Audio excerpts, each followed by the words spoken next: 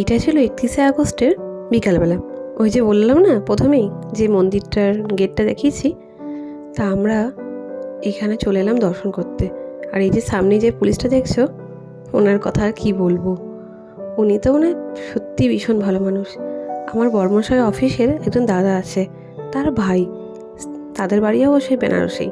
তার সূত্র ধরেই আমরা এই যে মন্দিরটা দেখতে পাচ্ছ, তা আমি এটা আমার বরের ফোন থেকে তোলা।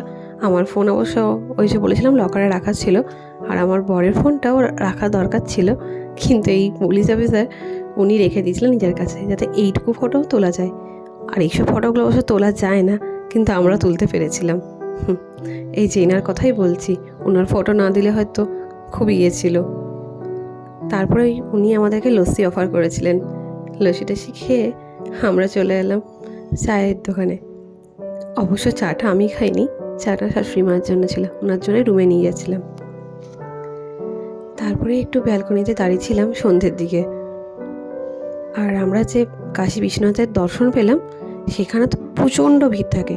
মানে যারা সকালে হয়তো দাঁড়ায়, সকালে লাইন দিল, তা সারা বিকালে পায় দর্শন করতে। আর সেটা আমরা অবশ্য পেয়েছিলাম মানে ভিভিআইপির থেকেও বেশি, আধা ঘন্টায়। ওনার জন্যই পসিবলটা হয়েছিল।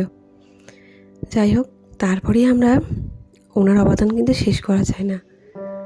তারপরে আমরা চলে এসেছিলাম, আমরা বলতে ওই যে অর্জুনদা আর আমার বড়মশাই আর আমি চলে গেছিলাম মণিকর্ণিকা ঘাট। মণিকর্ণিকা ঘাটে তোমরা অনেকেই জানো হয়তো, যেখানে চিতা সবসময় চলে। তাই আমি সেখানে ভিডিও করতেও পারিনি, করতে খারাপ লাগছিল। রুমের নিচেই ছিল ধোসার দোকান, সেই ধোসাই একটু রেখে